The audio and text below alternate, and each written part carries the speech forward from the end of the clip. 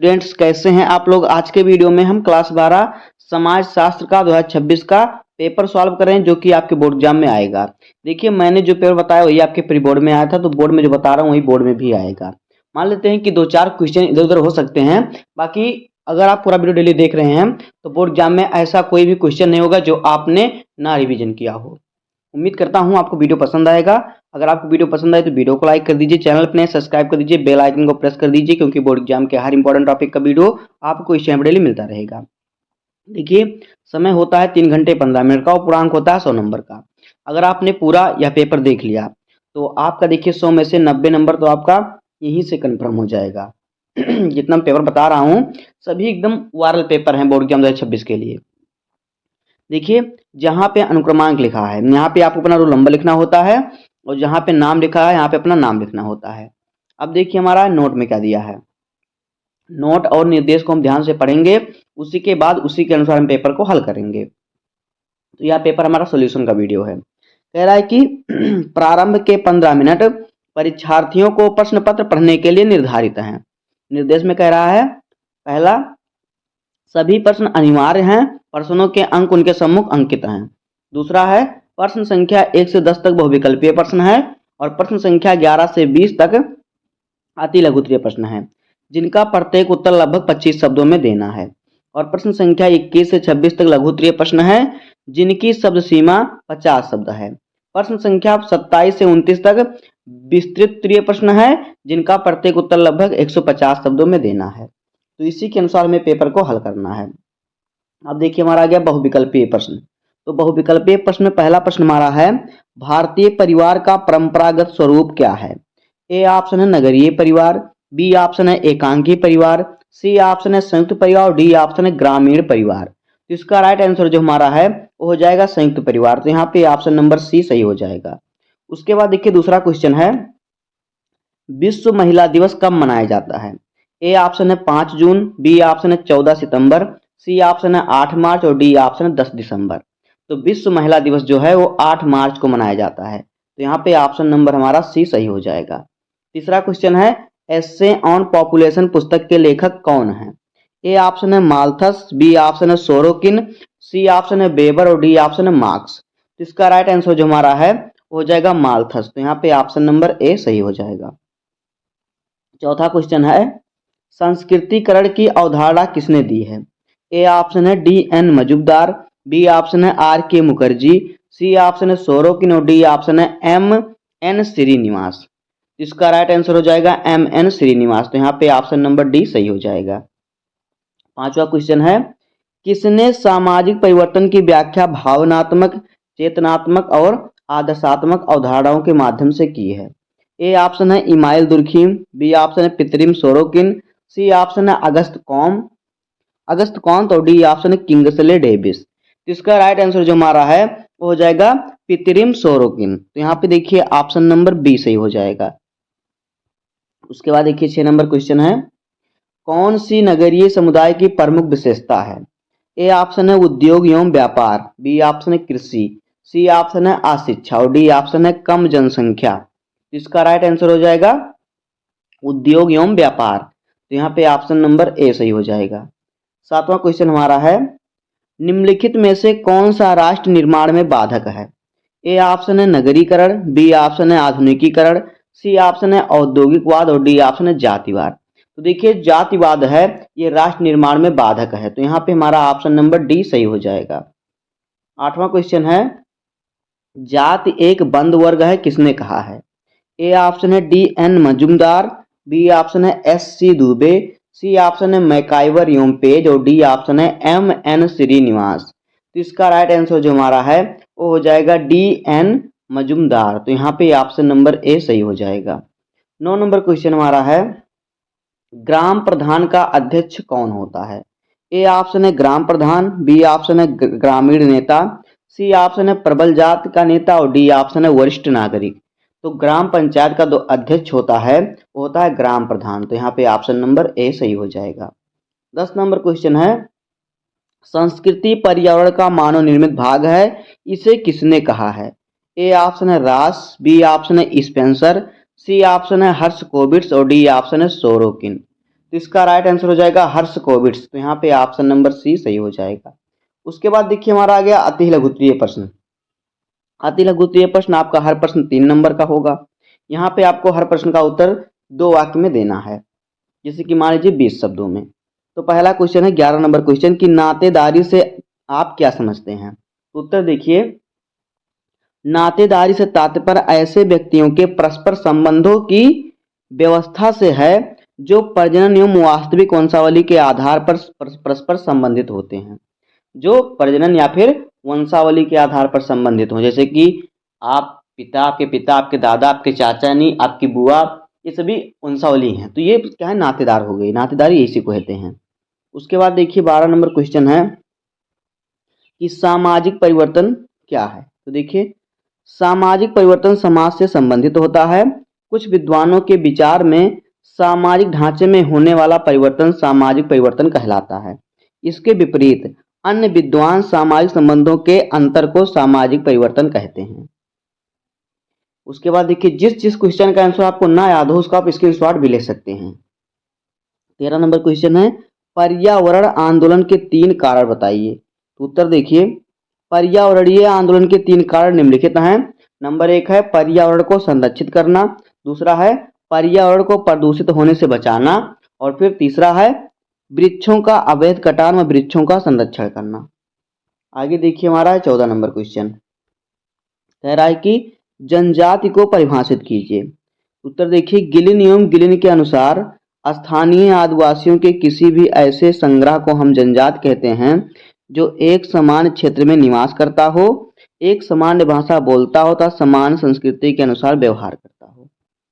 आगे देखिए हमारा 15 नंबर क्वेश्चन है लघु समुदाय की प्रमुख विशेषताओं का उल्लेख कीजिए। उत्तर देखिए, लघु समुदाय की प्रमुख विशेषताएं निम्नलिखित हैं। नंबर 1 है ये लोग निश्चित भूभाग पर कार्य करते हैं, दूसरा है इनका जीवन सामान्य होता है, तीसरा है ये लोग आत्मनिर्भर होते हैं। अब देखिए 16 नंबर क्वेश्चन है उदारीकरण से आप क्या समझते हैं। उत्तर देखिए, उदारीकरण से तात्पर्य अर्थव्यवस्था पर शासन के नियंत्रण में धीरे धीरे शिथिलीकरण और अंततः उसकी समाप्ति से है।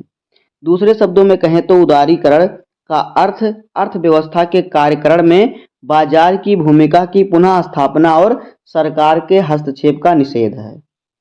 17 नंबर क्वेश्चन हमारा है जनजातीय समुदाय की प्रमुख विशेषताओं का उल्लेख कीजिए। उत्तर देखिए, जनजाति की 2 प्रमुख विशेषताएं निम्नलिखित हैं। नंबर 1 है जनजाति के सभी सदस्य, जो जनजात होते हैं उसके सभी सदस्य आपस में नातेदार तो नहीं होते, लेकिन प्रत्येक भारतीय जनजाति में नातेदारी प्रथा एक सशक्त संगठनात्मक, नियंत्रणात्मक एवं एकात्मक सिद्धांत के रूप में क्रियाशील रहती है, यानी कार्य करती है। दूसरा है जनजातियां अंतर विवाहित होती हैं और कुलों एवं उपकुलों में बटी रहती हैं। कुल स्वजन समूह होने के नाते ये बहिर्विवाहित होती हैं। उसके बाद देखिए अगला है क्वेश्चन नंबर 18, कह रहा है कि सांप्रदायिकता का क्या अर्थ है। तो उत्तर देखिए, बिपिन चंद्र के अनुसार सांप्रदायिकता मौलिक रूप से और सबसे ऊपर एक विचारधारा है जिसके सांप्रदायिक दंगे और अन्य रूपों में सांप्रदायिक हिंसा परिणाम है। सांप्रदायिक विचारधारा तो बिना हिंसा के भी अस्तित्व बनाए रख सकती है, परंतु सांप्रदायिक हिंसा बिना सांप्रदायिक विचारधारा के नहीं हो सकती। उसके बाद देखिए हमारा 19 नंबर क्वेश्चन है कि ग्राम पंचायत के 3 कार्यों का उल्लेख कीजिए। उत्तर देखिए, ग्राम पंचायत के 3 कार्य निम्नलिखित हैं। नंबर 1 है सामाजिक न्याय को प्रोत्साहित करने वाले कार्यक्रम को बढ़ावा देना, दूसरा है शुल्क, यात्री कर, जुर्माना, अन्य कर आदि लगाना व एकत्र करना, तीसरा है सरकारी उत्तरदायित्वों के हस्तांतरण में सहयोग करना, विशेष रूप से वित्त को स्थानीय अधिकारी तक पहुंचाना। इतना आपको लिख देना है इस क्वेश्चन का आंसर। उसके बाद देखिए, उसके बाद 20 नंबर क्वेश्चन है कि हुंडी से क्या आशय है। तो देखिए उत्तर, हुंडी एक प्रकार का ऋण पत्र होता है, इसे व्यापारी लंबी दूर के व्यापार में उपयोग करते थे। हुंडी को देश के प्रत्येक कोने में स्वीकार किया जाता था क्योंकि व्यापार प्राथमिकता में इन समुदायों की जाति एवं नातेदारी क्षेत्रों में होता था।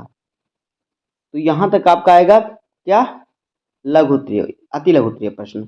अब देखिए हमारा आएगा लघुत्तरीय प्रश्न। यहाँ पे हर प्रश्न का उत्तर आपको हर प्रश्न के उत्तर आपको 6 नंबर मिलेंगे और हर प्रश्न का उत्तर आपको लगभग से 50 शब्दों में देना है। तो यहाँ पे देखिए 21 नंबर क्वेश्चन है, भारत में जनजातीय आंदोलन के परिणामों का उल्लेख कीजिए। उत्तर देखिए, भारत में जनजातीय आंदोलन के प्रमुख परिणामों की विवेचना निम्नलिखित शीर्षकों के अंतर्गत की जा सकती है। नंबर 1 है जनजातीय पहचान के प्रति जागरूकता में वृद्धि। दूसरा है जनजातियों में अपनी समस्याओं के प्रति चेतना में वृद्धि। तीसरा है संरक्षणात्मक भेदभाव का उदय। चौथा है राज्यों में कल्याण विभागों की स्थापना। और फिर पांचवा है जनजातीय कल्याण कार्यक्रम। सातवां जनजातियों पर अत्याचारों की रोकथाम। और आठवां है जनजातियों के गैर जनजातीय लोगों से संपर्क में वृद्धि। इतना आपको लिख देना, आपको 6 नंबर मिल जाएंगे।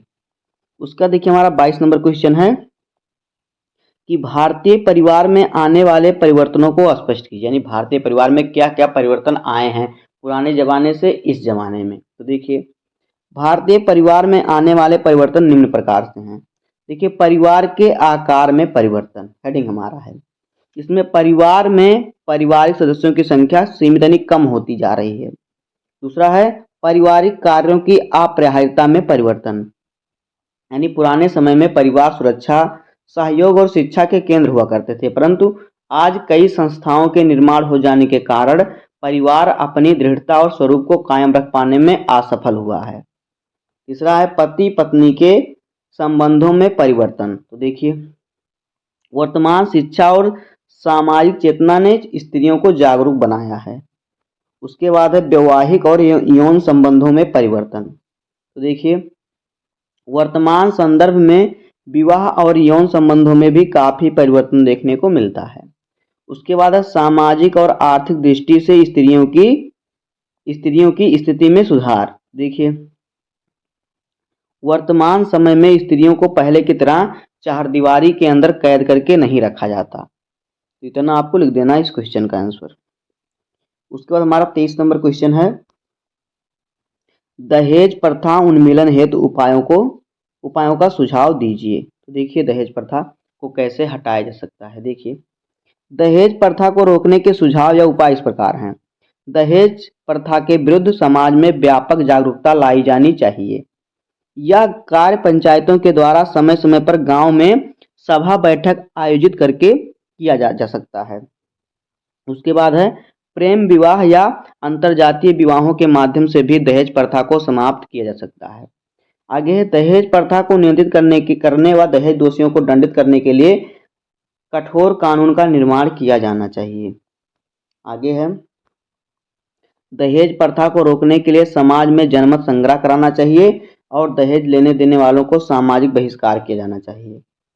आगे है दहेज प्रथा को रोकने के लिए कन्या को स्वयं निर्णय लेकर अपने जीवन साथी का फैसला लेना चाहिए। अब देखिए 24 नंबर क्वेश्चन है सामाजिक परिवर्तन के दो प्रमुख सिद्धांतों का वर्णन कीजिए। उत्तर देखिए सामाजिक परिवर्तन के दो सिद्धांत निम्नलिखित हैं। नंबर 1 है रेखीय या उद्विकास सिद्धांत। इस सिद्धांत के मुख्य प्रवर्तक हर्बर्ट स्पेंसर के अनुसार सामाजिक परिवर्तन धीरे धीरे सरलता से जटिलता की ओर और कुछ निश्चित स्तंभों से गुजरकर होता है। यह सामाजिक परिवर्तन का वह रूप है जिसमें परिवर्तन की दिशा सदैव ऊपर की ओर होती है। दूसरा है चक्रीय सिद्धांत। इस सिद्धांत के मुख्य प्रवर्तक स्पेंगलर, पैरेटो, डायनवी और सोरोकिन हैं, जो सामाजिक परिवर्तन की दिशा को चक्र की भांति मानते हैं। उनका मत है कि समाज में परिवर्तन का एक चक्र चलता है। उसके बाद हमारा है 25 नंबर क्वेश्चन। यहाँ पे कह रहा है कि सामाजिक परिवर्तन के सिद्धांतों की व्याख्या कीजिए। उत्तर देखिए नगरीकरण में अनेक सामाजिक परिवर्तन किए गए हैं जो निम्नलिखित नगरीकरण के परिणाम देखिए जो निम्नलिखित है नगरीकरण के परिणाम स्वरूप लोगों में व्यक्तिवादिता में क्या हुई वृद्धि हुई है। दूसरा है ग्रामीण लोग शहर के व्यवसायों, शिक्षा, रोजगार आदि के अच्छे अवसर देखकर शहरों की ओर आकर्षित होने लगे हैं। उसके बाद है नगरीकरण के कारण ग्रामीण समाज में मनोरंजन के साधन परिवर्तित हो गए। नगरीकरण के कारण ग्रामीण समाज में यातायात संचार के साधन अत्यधिक विकसित हुए हैं। उसके बाद देखिए नगरीकरण द्वितीय समितियों का विकास संभव हुआ है। नगरीकरण समाज में प्रतिस्पर्धा बढ़ती है, साथ ही साथ व्यापार एवं वाणिज्य के क्षेत्र में विकास होता है, जो भारत में भी दिखाई देता है। अब हमारा आ गया 26 नंबर क्वेश्चन। इसमें कह रहा है कि आप पूर्वाग्रह और अन्य किस्म की राय अथवा विश्वास के बीच कैसे भेद करेंगे। तो इसका उत्तर देखिए आपको कैसे लिखना है, बहुत ही इंपॉर्टेंट क्वेश्चन है। कह रहा है कि पूर्वाग्रह से आशय पूर्ण निर्णय से है, अर्थात वह धारणा जो विषय को बिना जाने और बिना उसके तथ्यों को जांचे आरंभ में ही बना ली जाती है, यानी बिना उसको उसके बारे में पता किया हुआ कि ये पहले ही उसका प्लान बना लिया जाए। एक समूह के सदस्यों द्वारा दूसरे समूह के विषय में पूर्व कल्पित विचार या व्यवहार को पूर्वाग्रह कहते हैं। यानी कि पूर्व यानी जो पहले कल्पना, जैसे पहले मान लीजिए कि पहले कोई आदमी गरीब था, तो अब उसके पास पैसा आ गया, तो अब समाज लोग उसे पहले की तरह नज़र से देखते हैं, मतलब कि हाँ वही अनुमान लगा लेते हैं कि उसके पास पैसा नहीं है। तो ये पूर्वाग्रह इस प्रकार से होता है। इसके अनुसार पूरे समुदाय को एकल व्यक्ति के रूप में देखा जाता है। भारत जैसे देश में जो बहुत समय तक उपनिवेश रहा, अनेक रूढ़िबद्ध विचार औपनिवेशकों की देन है। जैसे कुछ समुदायों की ओर प्रजाति, कुछ को कायर और कुछ को पौरुषहीन तथा कुछ को दगाबाज समुदाय की संज्ञा दी गई है। अब आप देखिए हमारे आगे दीर्घ उत्तरीय प्रश्न। तो यहाँ पे आपको हर प्रश्न पर देखिए 10 नंबर मिलेंगे। तो यहाँ पे देखिए आपका जो 27 नंबर क्वेश्चन है कि जाति से आप क्या समझते हैं। जाति प्रथा में परिवर्तन लाने वाले उत्तरदायी कारकों की विवेचना कीजिए। अथवा संप्रदायवाद क्या है, भारत में इसके कारणों परिणामों की विवेचना कीजिए। तो यहाँ पर भी आपको दोनों में से सिर्फ एक क्वेश्चन का आंसर लिखना है, जहाँ से आपको मिल जाएगा 10 नंबर। 28 नंबर क्वेश्चन है पंचायती राज व्यवस्था पर एक निबंध लिखिए। अथवा हरित क्रांति से आप क्या समझते हैं, ग्रामीण समाजों में इससे उत्पन्न परिवर्तन का वर्णन कीजिए। यहाँ पर भी आपको दोनों में से सिर्फ एक क्वेश्चन का आंसर लिखना है। अब हमारा आ गया क्वेश्चन नंबर 29। इसमें कह रहा है कि भारत में प्रमुख महिला आंदोलनों की व्याख्या कीजिए। सरकार द्वारा महिला के हित में किए गए प्रयत्नों का उल्लेख कीजिए। अथवा भारत में दहेज प्रथा के क्या कारण है, भारतीय समाज में इसके प्रभाव की व्याख्या कीजिए। यहाँ पर भी आपको दोनों में से सिर्फ एक क्वेश्चन का आंसर करना है, यानी कि आपको दीर्घ उत्तरीय में सिर्फ 3 क्वेश्चन का आंसर लिखना है। यहाँ से आपको मिलेंगे 30 नंबर। तो दोस्तों इसी प्रकार समाज शास्त्र का पेपर आपको सॉल्व करना है, तब जाके आपको 100 में पूरे 100 नंबर मिलेंगे। उम्मीद करता हूँ आपको वीडियो पसंद आया होगा। अगर आपको वीडियो पसंद आए तो वीडियो को लाइक कर दीजिए, चैनल पे नए हैं तो सब्सक्राइब कर दीजिए, बेल आइकन को प्रेस कर दीजिए, क्योंकि बोर्ड एग्जाम के हर इंपॉर्टेंट टॉपिक का वीडियो आपको इस चैनल पर डेली मिलता रहेगा। तो मिलते हैं किसी नेक्स्ट वीडियो में, तब तक के लिए धन्यवाद। जय हिंद।